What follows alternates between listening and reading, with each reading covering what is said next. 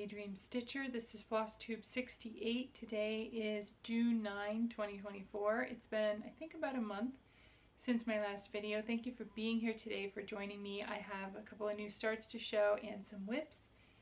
And I have a story to tell about a new, possibly temporary stitching buddy who is laying here, down here by me, and is fast asleep at the moment. I wanted to show him, but I don't, maybe I just should put pictures in. He's always by my side. Always, always, always. Sorry, buddy, I know this isn't super comfy, but, so can you say hello? Look over here. Say hi. So this is Frankie, Francis. 2 of my 3 kids have named him Francis, so I call him Frankie. Yeah, I'm glad that you're napping though, because normally when I tried to make this video before, he was very playful and it was kind of difficult. So this is my current, well, one of my new stitching buddies, or not one of my new stitching buddy, and I have a story to tell about him. He's not a planned addition, but anyway, okay, I'll let you go back to your nap. You go back there and you lay there, not on my pile of things, not on my pile of whips. So I will talk more about him towards the end. Hope you're all well. Here in Central Florida, it's been super hot, and that's not fun, but we're getting through it. We're looking at a probably pretty active hurricane season this year. So I hate to think about that, but it's very likely. So on that note, I don't know why I said that, but on that note, I'd like to show you what I did in May. In May, I decided to do StitchMaynia, which is a term I've heard Lindy Stitches use, which Stephanie of Lindy Stitches, she talks about for StitchMaynia some years. She has, instead of starting one piece every day, oh now he's got this noisy toy. Instead of starting one piece every day, she did start one piece each week. And that's what I decided to do. I decided to stitch one thing each Wednesday in the month of May, to start one thing in May, starting on the 1st, which was on a Wednesday, and there were 5 Wednesdays, as you know, in May, so that gave me 5 new starts. Now, I really was excited to the idea of starting things. However, I've been really good about not starting things this year. I've had my 24, focus 24 and 24, and I've been pretty good about just putting stitches on my whips. And then when it got time for me to do the actual starts, I was kind of like, meh, I don't really know that I want to. And actually I delayed it a little bit, but then I decided, because I had said that I was going to, I went ahead and I did them. But now the problem is that it's whet my appetite to start all the things, and I want to start things. I've got things in my stash that I'm looking at to start, and I'm looking at online things that I don't have yet, and looking at different color palettes and things like that. So it's been a little dangerous. Okay, so Frankie is here, hopefully settling down. I gave him a toy to chew on, so although he's noisy, because pugs usually are, hopefully he'll settle down and go back to sleep. So let's start with the starts. In the month of May, the 5 Wednesdays, I'll go kind of in order as if I can remember. So the first Wednesday I started My Garden by Sew to Stitch. I did show this on my last video, and I think I have a little bit more stitching to show since then. This is where I am with My Garden. This is stitched on Cozy Cove from Fortnite Fabrics in a 32 count Lugana, or linen. I think it's a linen. And My Garden, I will put a picture in if I can find one that works. And I really like it. It's stitched for my mom. And there are 2 versions of this pattern. There's one like this, and then there's one called Grandma's Garden, which is the same thing except it has an old lady in the middle. So this is the one without the old lady. And my mom is a gardener, loves gardening, and this will be for her. Ideally for her birthday, but her birthday's in 2 months, so that probably realistically won't happen. The next Wednesday I started Dragon's Lair from Artecy. And this is where I got on this one. This is on a 25 count Lugana 1/1. And, oops, it's not working out like I was hoping.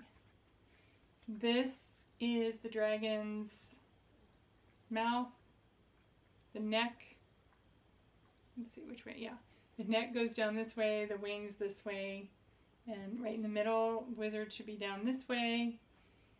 And I really love the way that it's turning out. I love the fact that I can see progress, like I can see the actual picture coming out with very little stitching. Really, I think this is 2,000 stitches is all, and already the picture is showing up.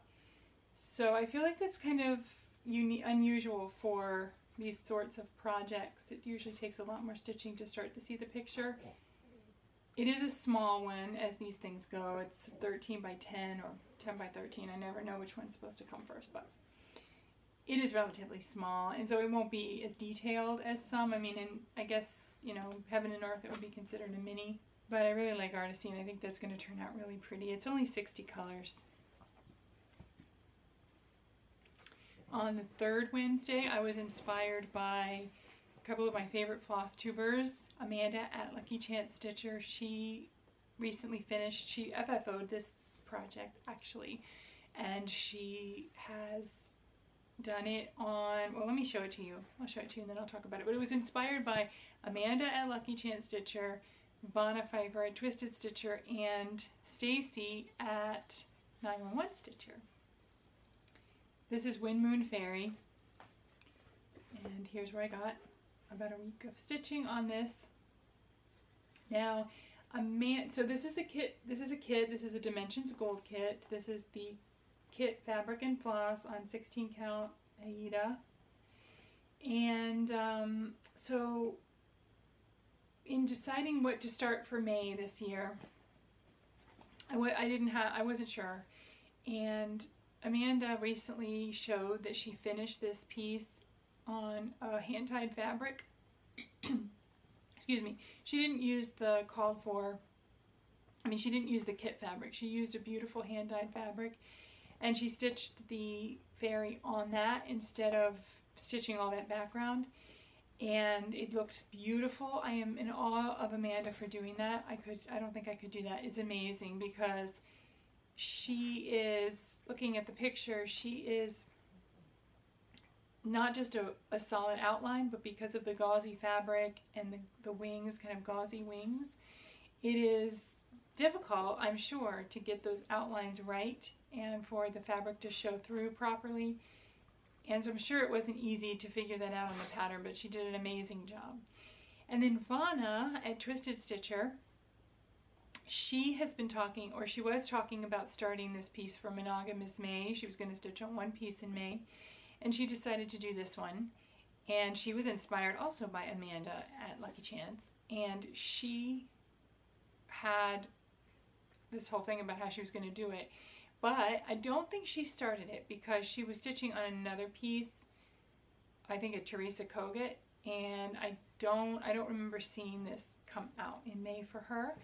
But and then she was mentioning that on her Facebook page, and Stacy Alexander of 911 Stitcher, who is another favorite Flosstuber of mine, she also commented that she has it in her stash and she'd really like to start it, and she may just need to start it. And so I commented on hers and I said, oh, I really want to start that too, and we should start that all together. So that was the last that, you know, I heard from her, so I'm not sure that she started. I just watched her recent upload and I don't remember seeing it on there, so maybe they didn't start it, but I'm really happy to have it started. I was a little surprised when I took out the fabric that it's on this light blue, because I was thinking in my mind that it's all a black sky, dark sky, but in looking at the cover photo, obviously there is a lot of light blue, so I guess it won't be quite as bad as I thought it would be, but it is a lot of stitching. It's a full coverage, or a lot of half stitches, but still, I consider that full coverage. The fourth week, I wasn't going to start anything, and I sort of at the last minute, literally that night, I was like, oh, why not? So this was a kind of last minute thing, so I didn't get very far on it. I didn't stitch very long on it, but I did get one thing done. This is called Peace Around the World. I have a tiny little blurry picture of it because it's an Etsy pattern, but I will try to put it here so you can kind of get an idea of what it looks like. And I'll put the designer below because I don't know it off the top of my head. This is what I have so far. It is peace in many different languages around the world. This word, R-A-F-I, Rafi, I don't know. It is peace in the Finnish language, as in Finland. And that's where I started. So I look forward to putting other things in. And this is on, I think, an 18 count, I believe. Oatmeal, Aida. So on the last day of, well, the last Wednesday of May, and then I'm thinking on the last day of Christmas, my true love gave to me. I don't know, it's in my head. So on the last day of StitchMaynia that I did, I stitched, my true love gave to me, these two adorable raccoons. So let me tell you about this. This is part of Spring Forest Scrapbook by Lindy Stitches and Blue Flower, Jeanine McGowan at the Blue Flower. And this is part of a stitch along that Amber, Rogue Mama Stitcher, she asked me to be part of hosting this stitch along, which I was really flattered. And so we are hosting this stitch along together. And this is where I started as far as I got. This is the top middle. They collaborated on it, so they each did several squares, and this one is from the Blue Flower. I think there are 9 squares, and no, that doesn't make sense. Yeah, 9 squares in total. So, and I'm stitching them all as one block. This is in a combination of DMC and fancy flosses. Amber also sent me the fancy flosses. That's what the raccoons are in, and the border. Thank you, Amber, for that gift. She also sent me some other goodies, including a beautiful project bag that I would love to share in my next video. I don't have it in front of me right now, but I will definitely show it in my next video because it is beautiful, and it was very kind of her to send that and share that with me.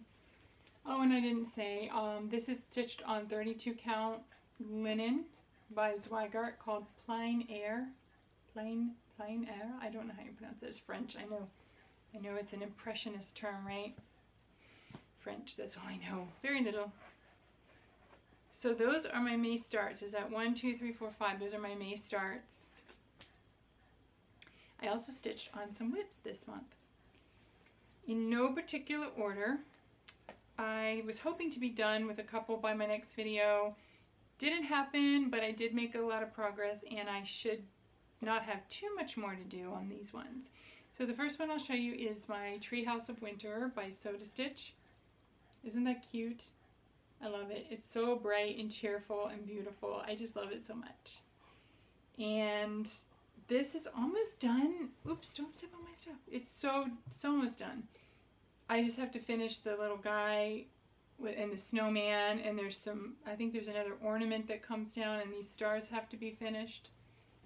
And this, okay, you need to move. You need to get off the stuff, okay? All right.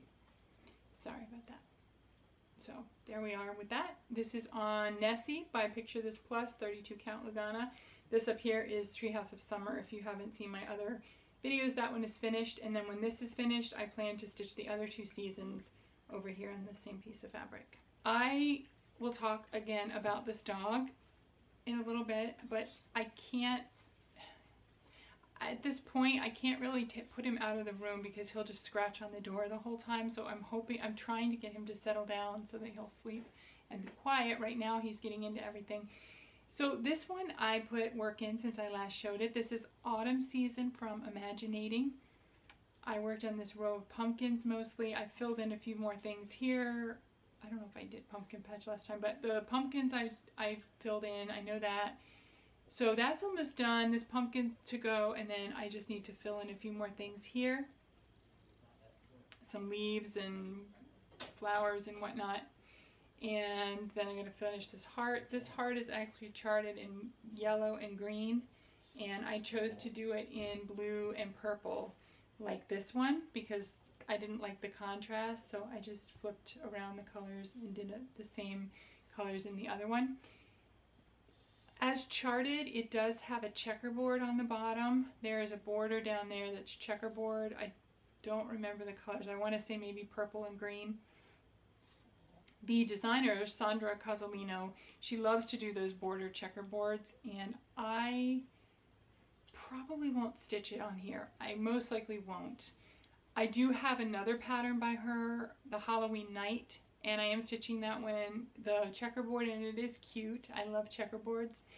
But I feel like this pattern is already busy enough. I don't feel like I need to add more different colors and just more busyness to this pattern. I like it as it is.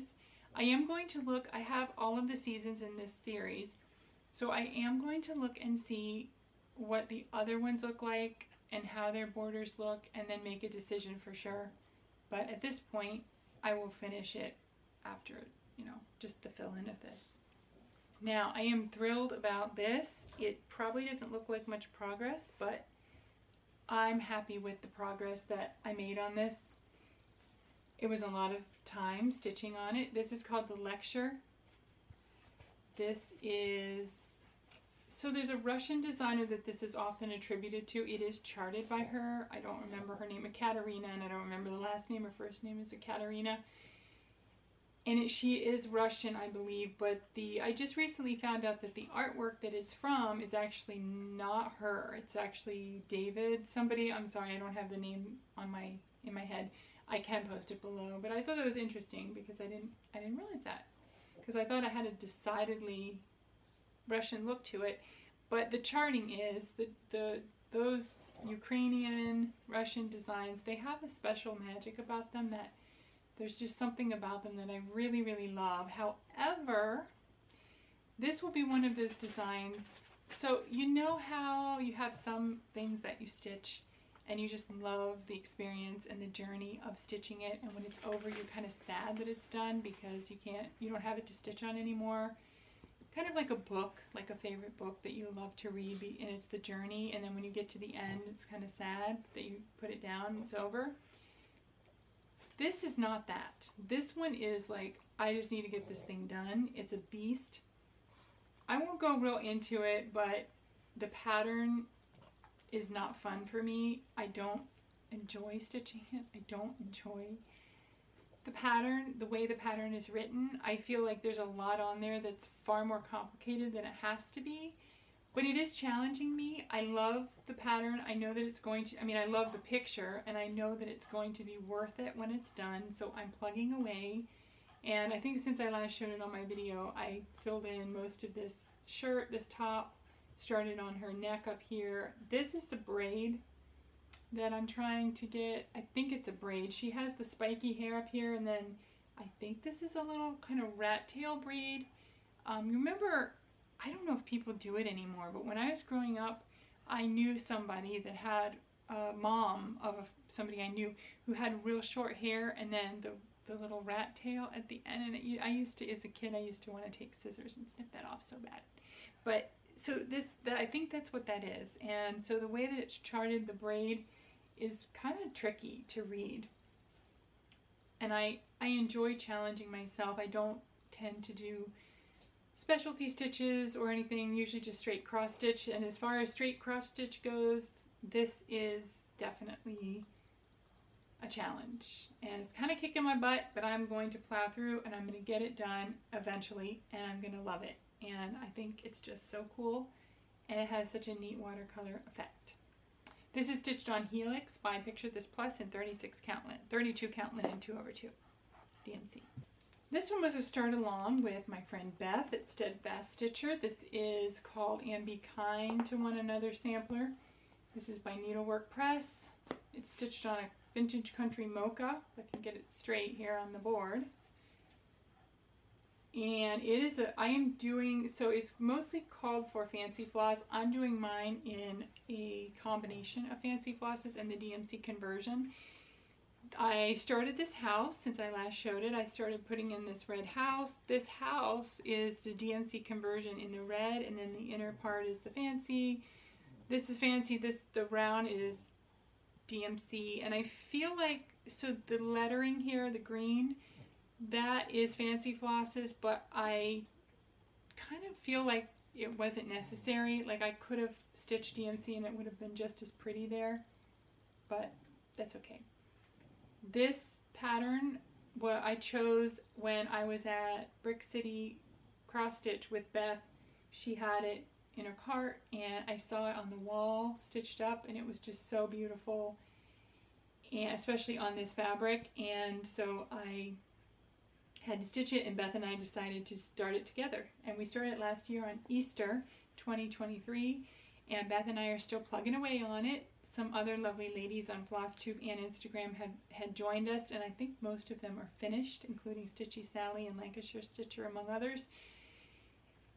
And we still are going along, but that's okay. It's a start along, and so we can start it together, and then everybody at their own pace. So it's all good. No pressure there. We would love to have you join us. Hashtag Be Kind Easter Sal. Oh, and I don't know if I said, the other stitch along is the Spring Forest Scrapbook Sal that Rogue Mama Stitcher and I are doing. So you can find that on Instagram as well. Hashtag Spring Forest Scrapbook Sal. Then I also stitched on this one. This is a Shannon Christine design. It's, I think, 8 parts, called The Signs of Christmas, and I converted the red and green to blue and green. This is also stitched on Vintage Country Mocha, or maybe it's Light Mocha. It might be on a piece called Light Mocha, I think. That is kind of a similar cousin sister, on 32 count. And since I last showed it, I finished stitching the brown of all the gingerbread men, and I put in more white border. But there's still, I still have to put in North Pole and some little leaves and hearts and things there. But that's almost done. This one's done. Then I'll start a third one. Hey, this is Mary on June 10, the next day. Hello there. I decided to do a little secondary part after the stitching. I got cut off last night and I didn't have an opportunity to talk about a couple more things that I wanted to share with you. So that's it for the stitching. If you're interested in hearing some more about this puppy, and also I'm going to talk about this as well back here a little bit. So today is Monday, June 10, and I'm going to tack this on to the end of what I filmed last night and get that uploaded hopefully today. So, oh, you're going to go to sleep down there. Okay, well that's fine. This is Cookie. This is our original pug baby. She's my sweet, sweet, sweet girl. She is just the most precious thing ever. She's just like a little, she's basically like a live stuffed animal. She's not very smart, but she is like the sweetest. She makes up for it in her sweet personality. She's just such a sweetie cuddler. So, first let me talk a little bit about my Mira, because I've had a number of questions about it recently. Thank you for all your comments and engagement on my channel. I've had a number of questions and comments about this in particular. So this is Garden Prelude behind me. As some of you know, it's a Mirabilia. It is stitched on a 32 count Lugana called Pink Sunset Beach, which is from Fabric Flair. I got mine at Cross Stitchery Express on Facebook. At that time, a few years ago, she was the only one selling this particular pattern. I don't know if that's still the case. But, so I had a question, and I did not stitch the arches as charted, obviously, on this piece, because she's on a beach. I've had a couple of questions. I had a recent question about the placement of how I chose to place her, because someone is going to try to stitch her on the same thing, which is really cool. I would love to see that. If you can tag me on Instagram or Flosstube or something, I would love to see how that's coming out. So that's a great question. I was trying to remember, how did I go about stitching that there? I think that it's been a couple of years. So let me say this. If I had it to redo again, I would move her up by a bit, probably as much as a ½ inch. I would like her to be a little bit higher, but basically I think what I did in the beginning was I looked at where I wanted her head to be, or her chest area to be. I have to keep cutting this because my stuffed animal here, she keeps jumping up and knocking my camera down. It's funny, they're normally very, very low-key dogs, but I guess me sitting on the floor like this, all of a sudden it's like a novelty or something. So I'm gonna have to probably keep, Cookie, I'm gonna have to keep you over here. But yeah, so I wish that I had done it a little bit higher, but I think what I did was I looked at where I wanted her head to be and her torso to be, and then I kind of like tried, I opened up the fabric and I tried to match up where that would be on the chart. So I'm going to try this without the dogs now. I don't have any like exact method to give about how I place this. I know that it's not exactly center with the pattern and the fabric. Like I said, I wish that she had been a little bit higher, and I think probably what I did was I looked at where I wanted her torso or her head to be, or maybe the instrument, maybe the violin. I wanted that to be, and then I looked, I think I took from there and I counted down and I temporarily gridded to the bottom to make sure that it would fit, and then I started. My advice would be to go a little bit higher up. I think she would look better if she were placed a little higher, but it's not exactly centered on the fabric, but she did fit. So thank you, and I hope that you're able to figure out. I know that's not very helpful, so I apologize that I don't have a better method to give you on how I did it, but I appreciate the question and the interest, and again, I do look forward to seeing what you're doing with it. So Frankie. My daughter named him Francis. I'm calling him Frankie. 2 of my 3 kids liked the name. There were a couple of other names in the running, and that one went out. So Frankie and Francis it is. So a couple of weeks ago, I was taking my son, my oldest son, to a volunteer thing he does every week at this rescue. They call it a farm. It's a couple of acres. They rescue cats and poultry. They have some goats and a couple of dogs, various animals that they've taken in, and they're mostly a cat rescue, I think, and poultry rescue. And it's quite a drive, but he goes every week. It's been worth it. It's been really good for him to go. And so we were driving, and we were on our way, not far from our house, and we were on it's a agricultural area, country road, pretty. I mean, it's like a 50-mile-an-hour road, but we came up to a 5-way stop, a weird intersection, and there was this little dog running around in this intersection, and there were a couple of cars stopped ahead of me at the intersection facing different directions, and they were all trying to avoid the dog because he was zigzagging in and out of the cars, literally, like he was running around the tires under the car and things like that.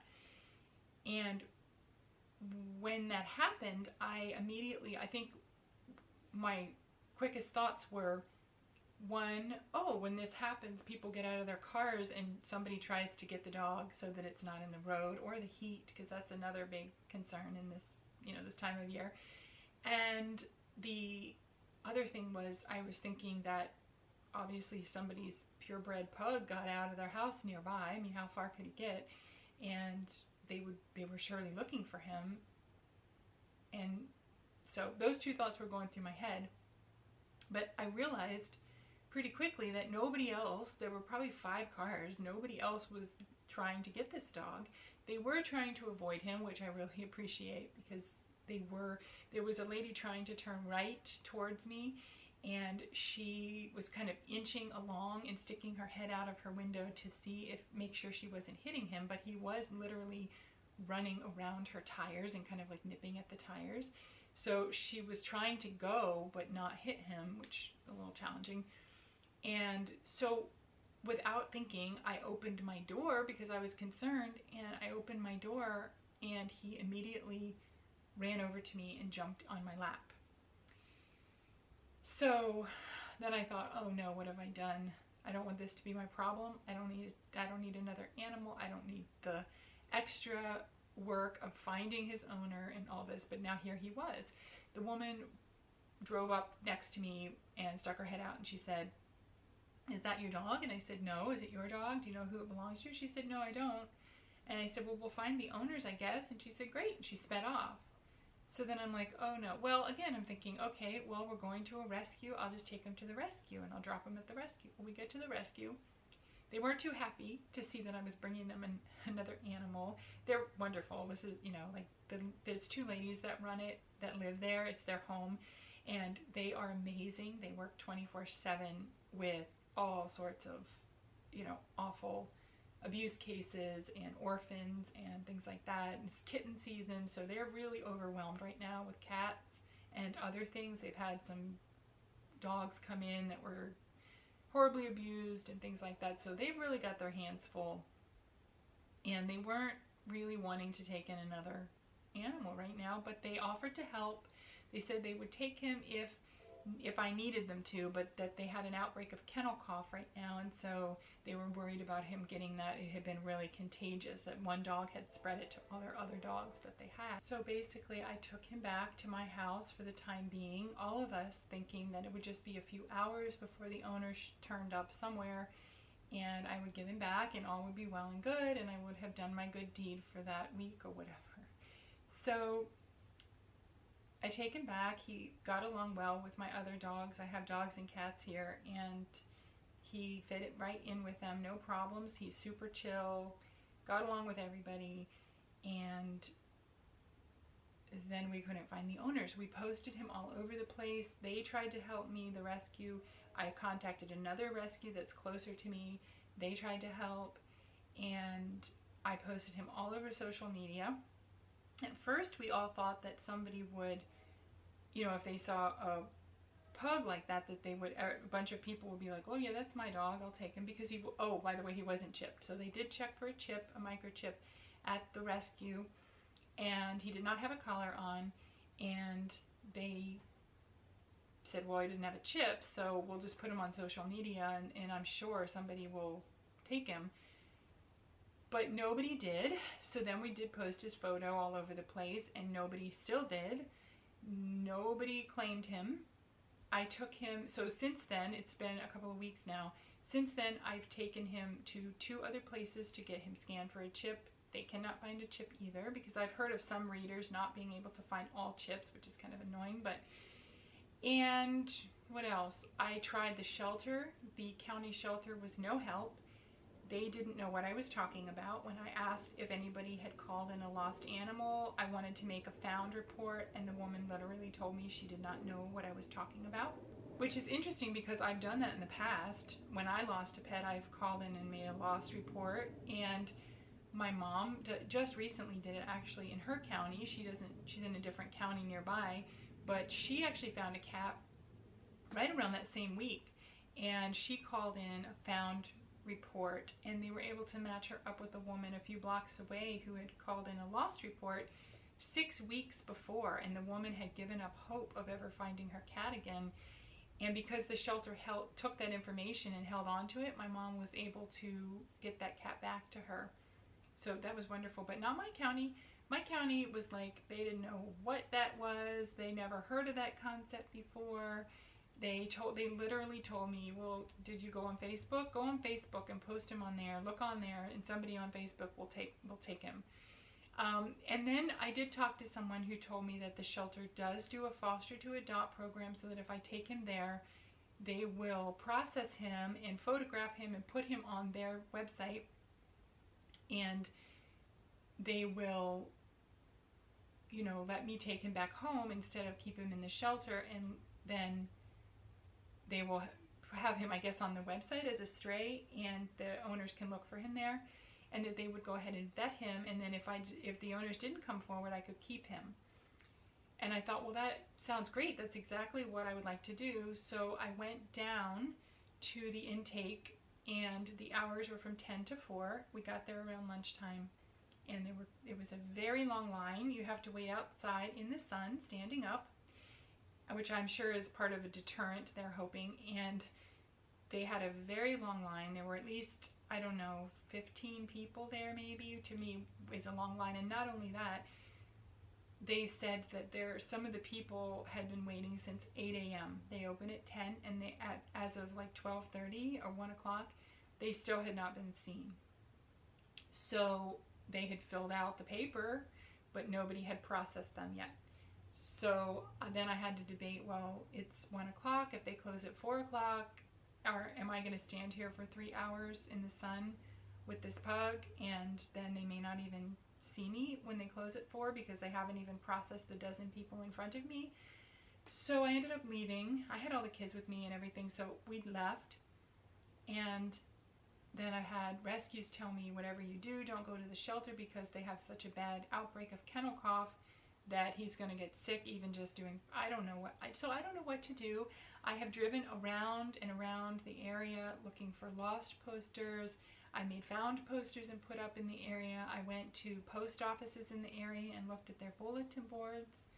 I think it's great they still do that, because I was like, is there still like a community bulletin board? We did find some little tiny post offices that do have that. The other thing is we have a large Hispanic population, a large Mexican specifically population here. We have areas of what I refer to as Little Mexico because they have, you know, stores and restaurants and things, and no, they don't speak English. So my thought was, well, maybe his family is Spanish and they're Mexican rather, and they don't speak English. But I don't know how to connect with that portion of our community, and I don't really know how I would. I've tried to ask around, and I'm not really sure how to find a family if they're, you know, if they haven't put up anything. And there, of course, there are a lot of people who are not on Facebook, who are not on social media. I went on Nextdoor, I went on Craigslist, I went on the specific Lost and Found pages, and there is nothing. And even on some of the pug rescues in the area, well, we only have like a few pug rescues in our state, and I posted on there in the local pug groups, and even on there people were just like, well, contact the pug rescue and they'll take him.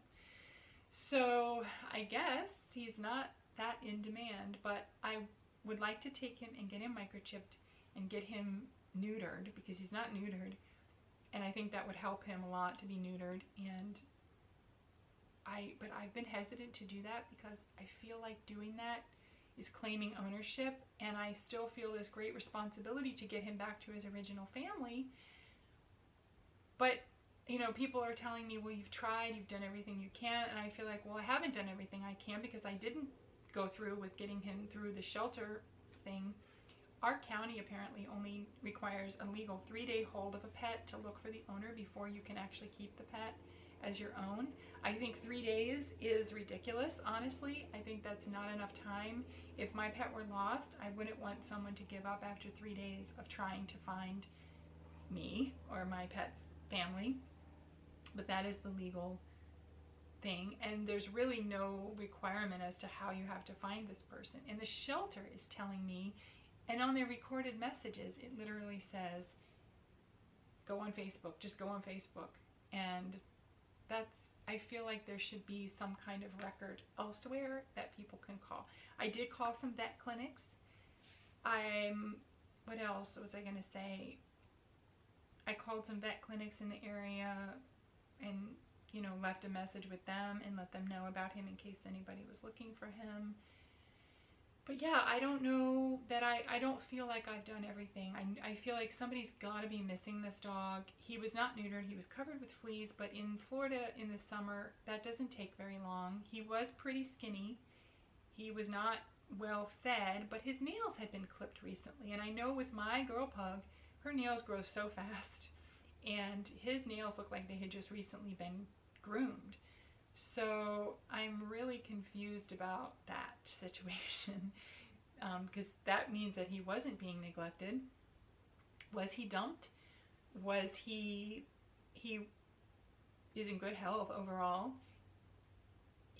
I've heard of animals being stolen from an area and taken elsewhere, and then they get dumped, and the original owner is not looking for them in that area where they were taken to. So that's Frankie's story up to now. If you have any other ideas, if you work in this rescues, or you have an experience that you could share, I would love to hear suggestions of what I should do.